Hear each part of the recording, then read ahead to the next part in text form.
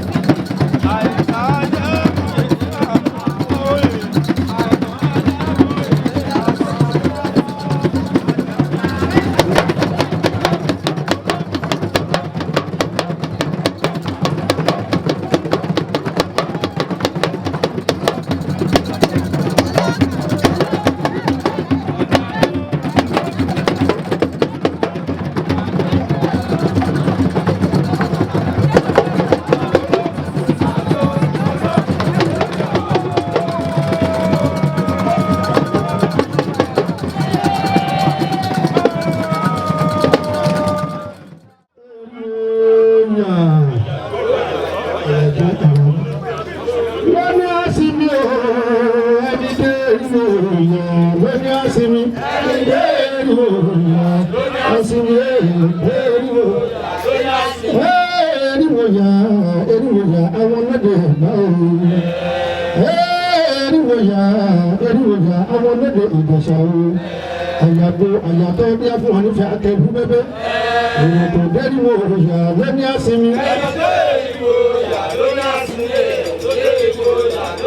Ìwọ́n ní ìjákọ̀ọ́láwò ní lágbájá gbanlérè.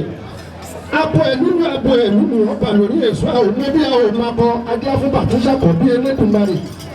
Ẹ jẹ́ ká ní ìlú bàtà tó ń ṣàwò ẹ̀yìn ìṣẹ̀ṣe ìgbà. Ẹ jẹ́ ká ní ìlú bàtà tó ń ṣàwò.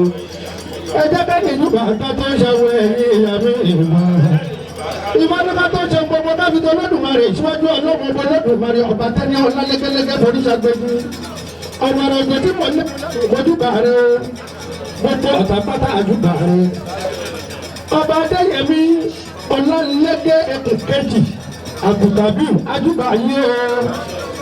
Ọlọ́ta ọ̀fọ̀tà ọlọ́ta ọ̀dọ̀ ọ̀ma sọ́gẹ̀dẹ̀ gúdú wọnú omi àjùbà yé o. Bẹ́ẹ̀ jẹ́ tí àkókò máa ṣe káàbíyèsí. Àjùbà gbogbo bàtà wà lórí ìtẹ́. Àjùbà gbogbo balẹ̀. Àjùbà tẹrẹlú tó ṣùgbọ́n tí ló yẹ fún ìyàwó. Olúwo ìlú Ọ̀tà Ìbà. Àràbà ìlú Ọ̀tà Fáṣọlá bá ní ìgbà rẹ̀ tó jẹ́ kíkà mi kó máa ṣe ṣojú àwọn àṣojú bá wọn. Mọ́júbà tẹrẹlú tó ṣùgbọ́n. Àjùbà gbogbo èyí bàbá tó ìlú Ọ̀tà ló bàjẹ́. Lágbára Elédùmarè. Àtiṣọdún yà á ṣẹ̀ mí. Àní fi ọdún ilé ìṣàṣemọ. Adé òní gbóná mọ́ ọba wa lórí. Adé apẹ́ lórí ọba tiwa. Bàtà pẹ́ lẹ́sẹ̀. Ìlú Ọ̀tà òní bàjẹ́ o. Epo a máa ké bí eku. Ẹja máa ké bí ẹja. Ẹyẹ máa ké bí ẹyẹ. Ọmọ èèyàn fún òbí ọmọ èèyàn. Àgbọ̀n tí òbí àtọwọ́ àlàfoṣù. Ẹ̀sìn ọba arẹ́kọ jẹ́. Orúkọ mi ni Ashi Abdulgani Kọ́láwọlé Rada, baálẹ̀ ìlú Ìjàbá Ọ̀tà Orí Kingdom. Àǹfààní tó wà nínú ìṣẹ̀ṣe pọ̀ nítorí pé àgàgà wa mọ Odùduwà. So ìṣẹ̀ṣe náà fi tẹ ìwádó. So àwọn ọmọ wa a ti ń gbàgbé nípa ìṣẹ̀ṣe. So a ti ń fẹ́ máa fi ta àwọn ọmọ wa jí. Kọ́ lè mọ̀ pé nǹkan tí àwọn baba ńlá wa fi sílẹ̀ fún wa ó yí wà bó ṣe wà. Yàtọ̀ sáwọn tó ń bàjẹ́ mọ́ ìṣẹ̀ṣe yìí wà. Ní ilẹ̀ Àwórì yìí tá a wà yìí ìṣẹ̀ṣe wà ń bẹ̀ bó ṣe wà. Ọpẹ́nípẹ́ni sáyé àwọn òde òdolú. Ìyìdí fúnni ní ìyàwó òde ẹ̀rí. Àwọn ni wọ́n ṣe fá fún agbọ́n ṣáṣá tí ń ṣàwọlé alára. Abù fún àmọ̀nà jìjì tí ń ṣàwọ òkè àjèrò. Àwọn ló ti ń fojoojúmọ́ gbọrẹ tí kì í dúpẹ́. Wọ́n lè ṣe tí nǹkan ò rí bí tí ń rí mọ́. Wọ́n lè ṣe tí nǹkan ò tò bí tí ń tò. Wọ́n lè yóò mọ̀ pé àgbàṣorè ìṣọpẹ́ la bá arábòde jẹ́. Tá a bá ráfọ́jú ká fún lówó. Tá a bá rí alákìísà ká fún láṣọ. Ká wá dẹ̀yìn bọ̀ ká wá bọ̀ lọ́bọ̀bọ̀ tìrìbọ̀ bá bẹnu. Àdúpẹ́ ìṣẹ́ṣọ́dún yìí kò ní bàjẹ́ lórí èmi àti ẹ o. Tó bá máa di ìwòye ọdún tó ń bọ̀ ìṣẹ̀ṣe á tún ti gbèrú sí i. A máa lọre a máa bọre ọdún ayọ̀ lọ́dún yìí máa jẹ́ o. Gbogbo àwọn àjọ oníṣẹ̀ṣe pátápátá a dúpẹ́ lọ́wọ́ yín o. Gbogbo ẹ̀yin kọ́mítì náà tẹ̀lé wá ṣiṣẹ́ gbogbo yín pátápátá òun ni a dúpẹ́ lọ́wọ́ yín. Àdúrà wa gbà o. A ṣe é ṣe ilé arójú ọ̀nà àtòrò ìlú Ọ̀tà kò ní bàjẹ́ nítorí tí a bá ṣe ìṣẹ̀ṣe báyìí ó ń jẹ́ kí ìlú túbà ó ń jẹ́ kí ìlú túṣẹ ni. Eléégún ti bọ eégún láàárọ̀ yìí onífá ti bọfá.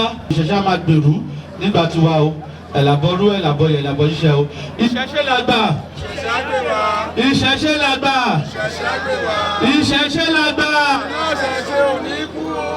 Kábíyèsí.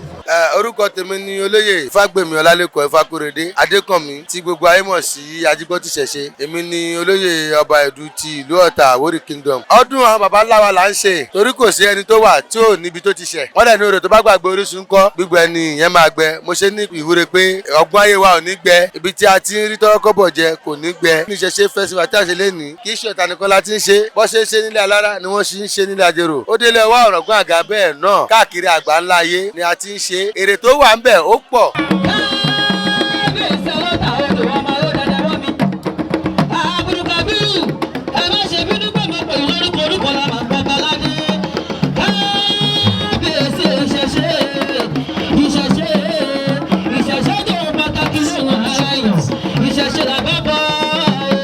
Ìṣẹ̀ṣe làbá bọ̀ ìgbà tí orí kèrè kí lórí sàmì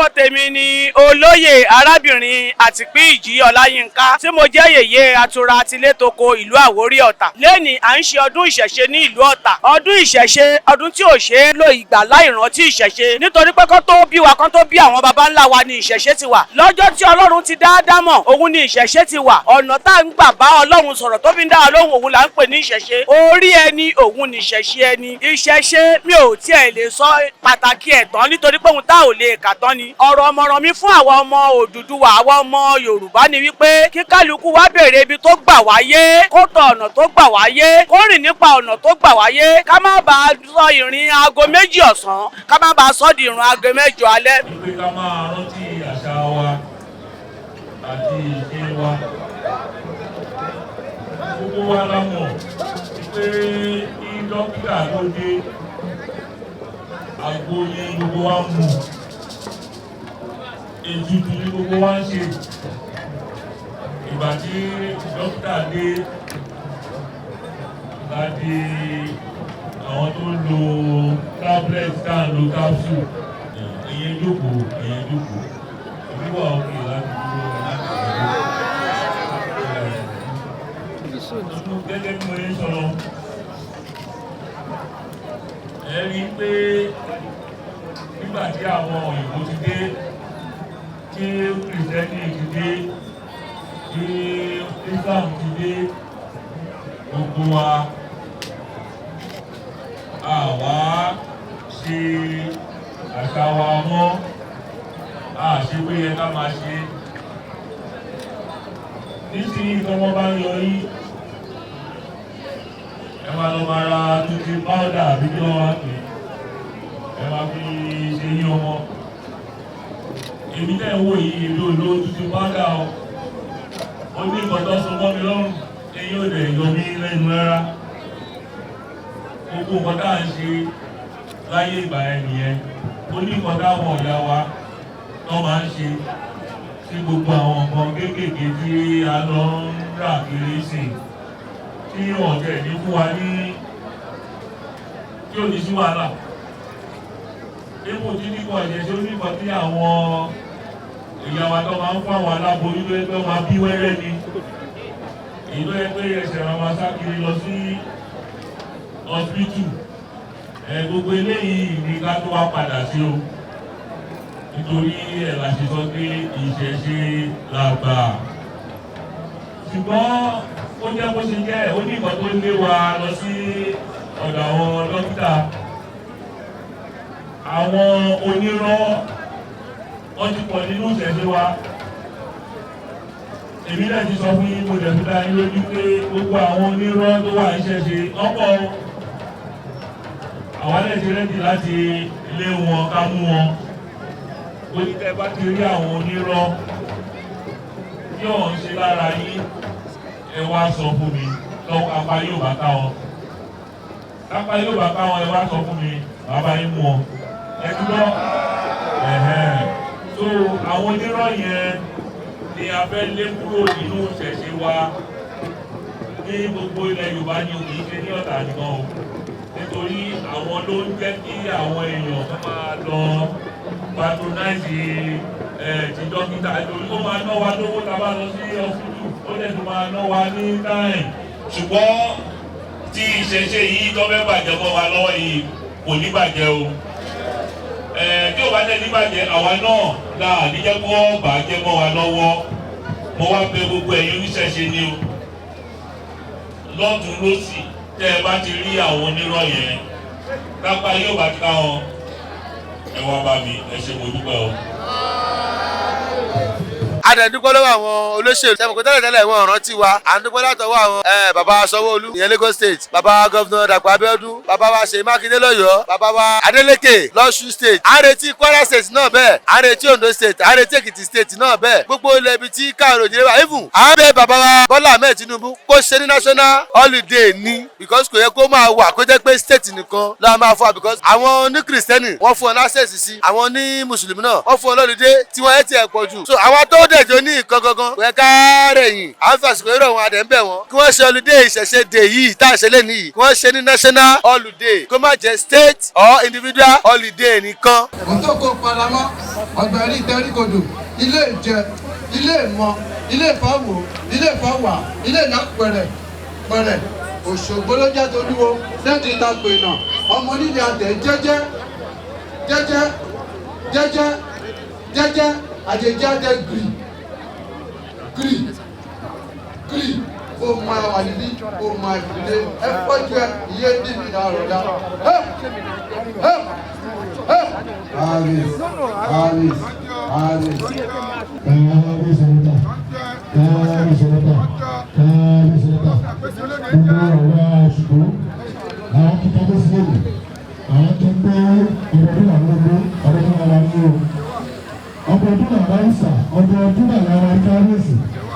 Gbogbo ìtàṣẹlẹ̀ ní gbogbo owó tó ti ṣe látàrí báyìí àwọn ọmọ yẹn ní orílẹ̀ àti ìpàdé ìgbòho látàrí báyìí ní gbogbo kọ̀tàkàtà láti àwọn ẹ̀yìn ṣe o ọdún yìí á yàtọ̀ fún wa o àṣẹ yìí sábàgbé o wọ́n á ti dábẹ́ sí káàbẹ̀sì o káàbẹ̀sì o káàbẹ̀sì o.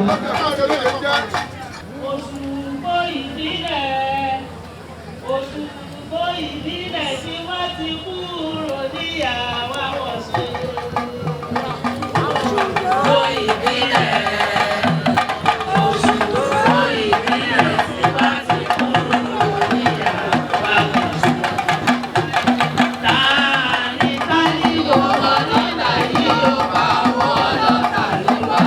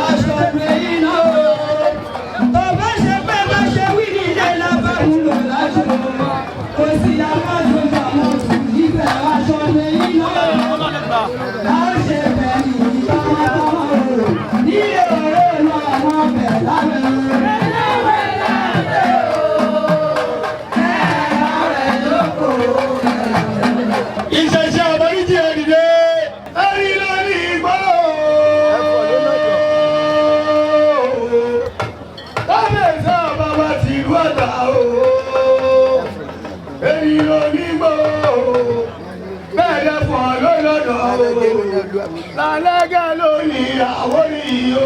Èrí lórí igbó. Ṣé bí ẹ̀fọ́ ló lọ́dọ̀ o? Ọba lálẹ́gẹ́ lórí àwórí o. Lórí igbó ọmọ kọ́yà ọmọ rọ̀ lọ́jọ́ o. Ọmọ pẹ̀lú ọmọ ògbómùlẹ̀ o. Àbẹ́sọ́dún omi àsápè bàbá o. Àbẹ́sàbí ọ̀là o. Ọ̀pẹ̀lẹ̀ ilé funfun bára àwọn ego lọ́la mi lẹ́sẹ̀ ẹ̀rọ. Àmì ọlọ́bìnrin àná ọlọ́bí pàrókò o. Ní sábàrà ọ̀gbọ̀n nífẹ̀ẹ́ o. Ní oníwáyé sí nígbà àkọ́kọ́. Èyí ló ní bó. Ṣébẹ̀ pọ̀ lọ́dọ̀ o. Ọba alágẹ̀ ló ní àwórí o. Èyí ló ní bó. Ṣébẹ̀ pọ̀ lọ́dọ̀ o.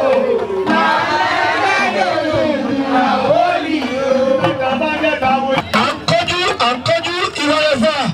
Ìsísà máa jẹ́ gbogbo Musa ṣẹ́gun. Àìsà máa jẹ́ gbogbo Musa ṣẹ́gun. Bàjá ló lòdò ewé ajẹ́ o.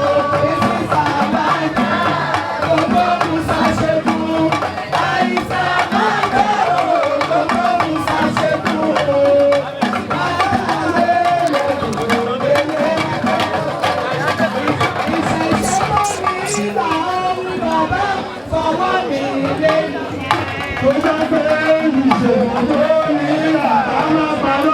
Ìṣègùn tó rọ́lá òun dàgbà fọwọ́ rẹ̀ lé.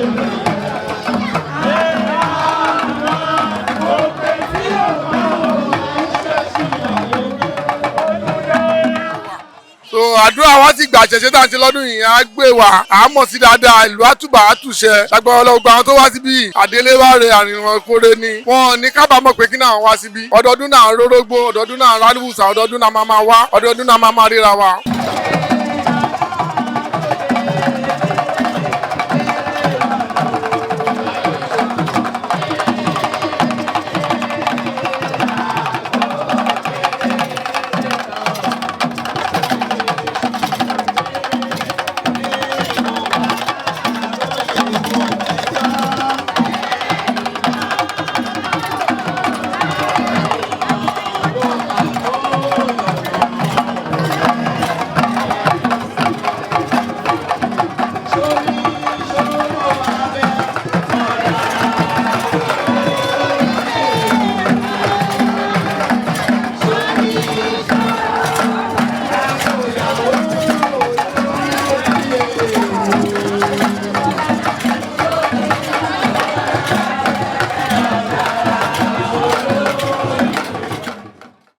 àjọṣe tọdún tó lọ náà ni àtújọ wà níbí lọ́dún ẹ̀mí wa ṣe ọ̀pọ̀ ọdún láyé Mẹ́kà tiwa nílé àbí Jerusalem tiwa náà ni èmi nìkan kọ́ mo wà ń bí èmi àti MC Àpàlà òun náà lájọ débí kò ní bàjẹ́ lágbára Ọlọ́run láì fi àsìkò ṣòfò kí àwọn ẹgbẹ́ lájẹ́lájẹ́ kí wọ́n máa bọ̀.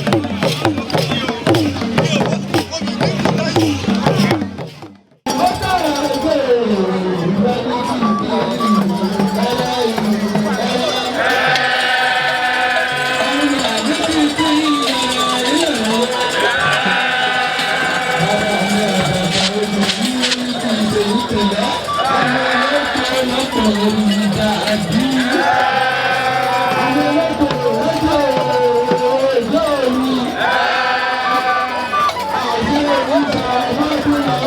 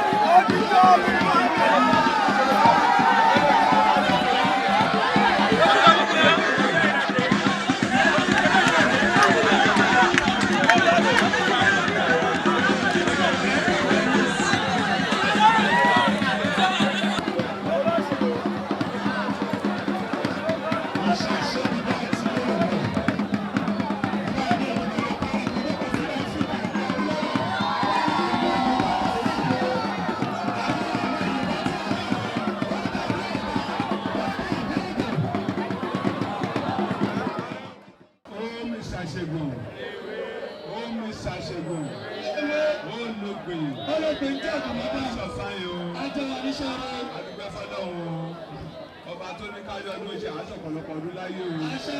ẹ̀rí náà ẹ̀rí o. àṣẹ. ojú ìlú tì í. àṣẹ. àṣù. àṣẹ. àlà fún yín. àṣẹ. àdàbíbẹ́ bẹ́ẹ̀ ló sàpá lápátá lápapọ̀ àní gbogbo òjijì. àṣẹ. ìṣẹ̀ṣẹ̀ àgbè wá. àṣẹ. àṣọ oríire ojú ìlú ti wá.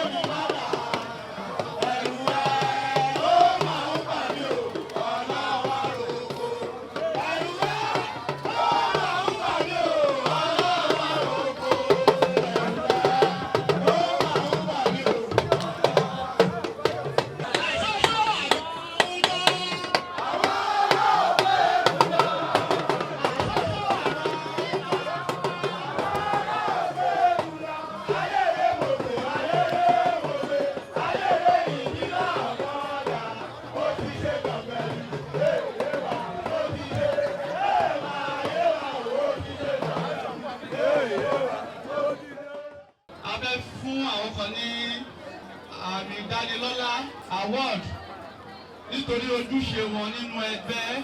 Award tí a fẹ́ ṣe ó pín sí méjì lẹ́nìí. Nínú àwọn ọmọ ẹgbẹ́ a fẹ́ dá wọn lọ́lá nípasẹ̀ iṣẹ́ takuntakun tí wọ́n ń ṣe. Bákan náà àwọn bàbá wa wà tí a rí pé ẹ̀bùn ìdánilọ́lá gẹ́gẹ́ bíi patron ó tọ́ sí wọn tí wọ́n dẹ̀ jẹ́ ẹ̀kan gbòógì nínú àwọn olóyè ìlú yìí. A fẹ́ fún àwọn náà ní ẹ̀bùn gẹ́gẹ́ bíi patron wa. Àwọn kan dẹ̀ tún wà tó yẹ pé lọ́dọọdún tá a bá ti ké pè wọ́n báyìí ni wọ́n máa ń jẹ́ wa. Wọ́n á fún wa ní owó, wọ́n á tún jókòó tì wá. Àjọ ń ṣe ìṣẹ̀ṣe lọ́dọọdún ni. A fẹ́ fún àwọn náà ní àmì ẹ̀yẹ móríyá nítorí pé kú iṣẹ́ ló ṣe kí ni o ló ń jẹ́ kí orí oníṣẹ́ yá. Nínú gbogbo ìṣẹ̀ṣe bíi ìṣẹ̀ṣe 25 tó wà lọ́tà tí wọ́n rẹ́gísítà fún ètò ìṣẹ̀ṣe tọdún yìí, ẹgbẹ́ tó ṣe déédéé lọ́dún yìí jù nínú gbogbo ẹgbẹ́ oníṣẹ̀ṣe àwọn ni ẹgbẹ́ àṣẹ. Ẹ máa fún ọ látẹ̀wọ́. Ẹgbẹ́ àṣẹ ẹgbẹ́ máa bọ̀ níta.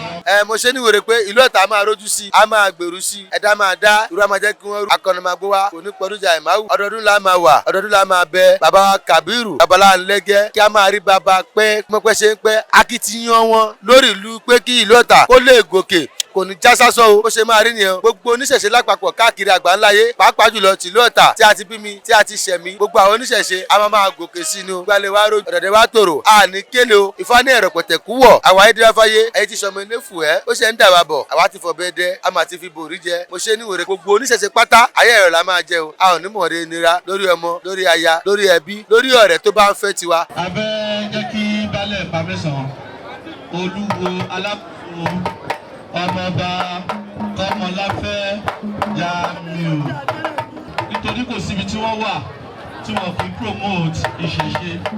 So àwọ̀dù yìí nìkan fúnra fún ọ.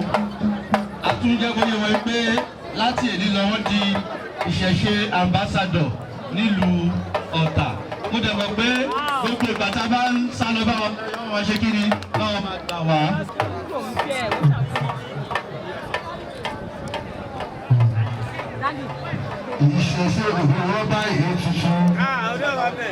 Traditional Worshipers Association Ọ̀tà Àwórì Kingdom Ìṣẹ̀ṣe Festival 2025 Universal Day for all traditional worshippers.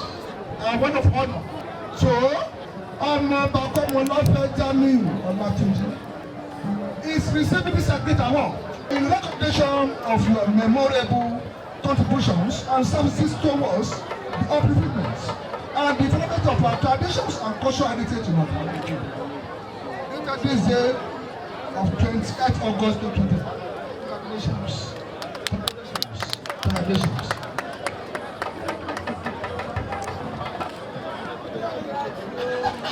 Look at that.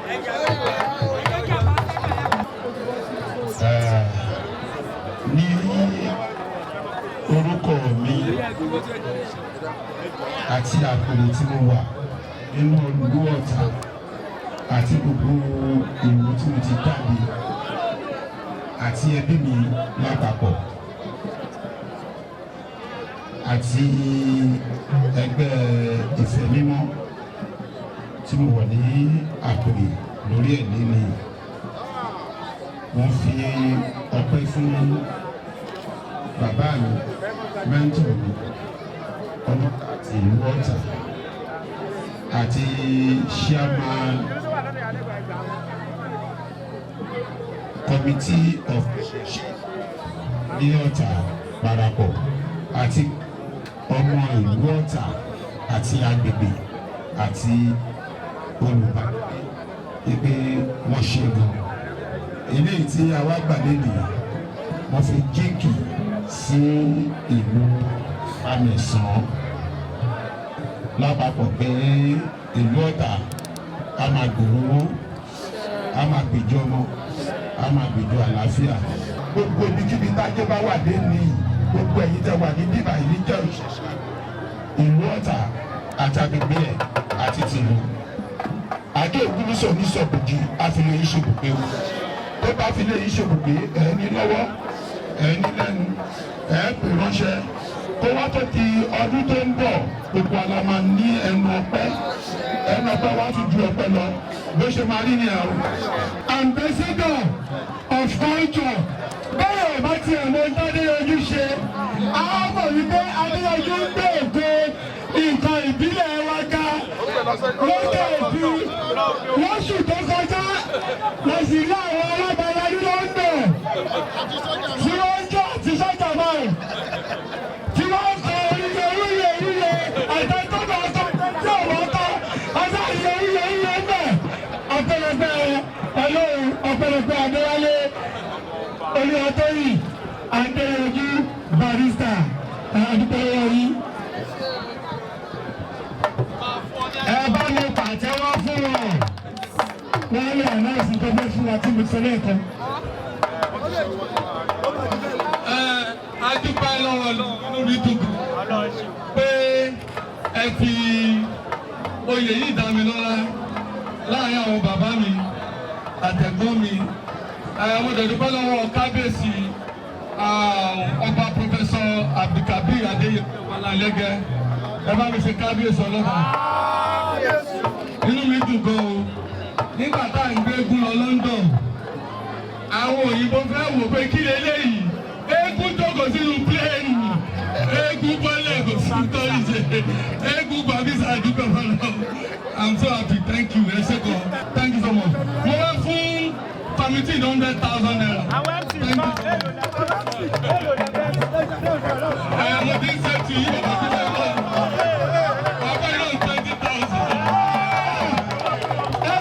Ní àṣẹ kábíyèsí ọlọ́jà àti gbogbo ìlú Ọ̀tà pátápátá traditional worship partners Ìṣẹ̀ṣe festival 2025 universal day for all traditional worshippers award of honour presented to High Chief ECOWAS Ambassador Oluwoloke Obon Akemi LLB Olumale of Irua Esunland Ọba Ẹ̀là Olúfàfọ̀ Ọ̀tà Àwórì Kingdom.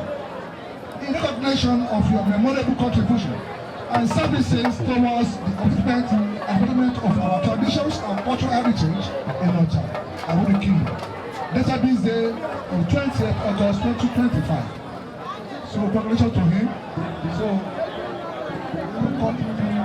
ọmọ àgbà ọmọ ọba wa baálẹ̀ wa àgbà lórúkọ ọmọ baálẹ̀ congratulations. ní orúkọ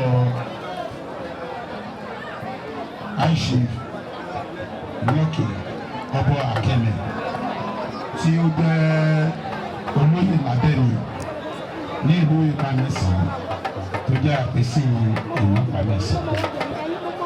Àrí tó ń ṣe ọ̀rẹ́ la ṣe tì síwájú sínú ìlú Ọ̀tà. Eléyìí tó wá ń ṣe àtúnṣe jù bẹ́ẹ̀ lọ. Mo mọ̀ pé láìpẹ́ láì jìnnà ó máa kàn sí ẹ̀wọ̀n ẹgbẹ́ kọ́mítì adé pronounce kan tí ó máa ṣe. Thank you very much. Ẹ ṣé àmì ẹ̀yẹ yìí ó dúró fún patron bàbá ìsàlẹ̀ nítorí gbọ́dọ̀ ní igi lẹ́yìn ọgbà bóde ṣe máa wà tí láíláí òun rè ibi gíga là bọ́jọ́ ibi gíga là máa bá yín bàbá gbogbo àwa ìgbìmọ̀ ìṣẹ̀ṣe pọ̀ lọ́tà àwọn láàrò láwọn gbé tí ó bá tó tẹ́gi lẹ́yìn ló ń ṣe kí ni ló tẹ̀ ẹ́.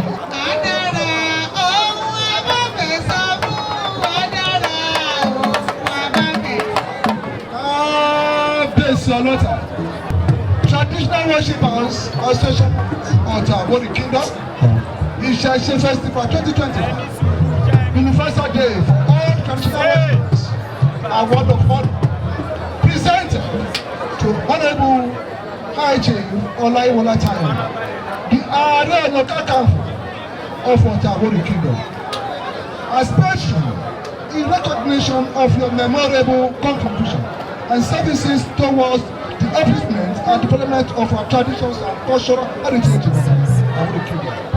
Presented dated this day of 20th August 2025. More gallants, more gallants, more grace.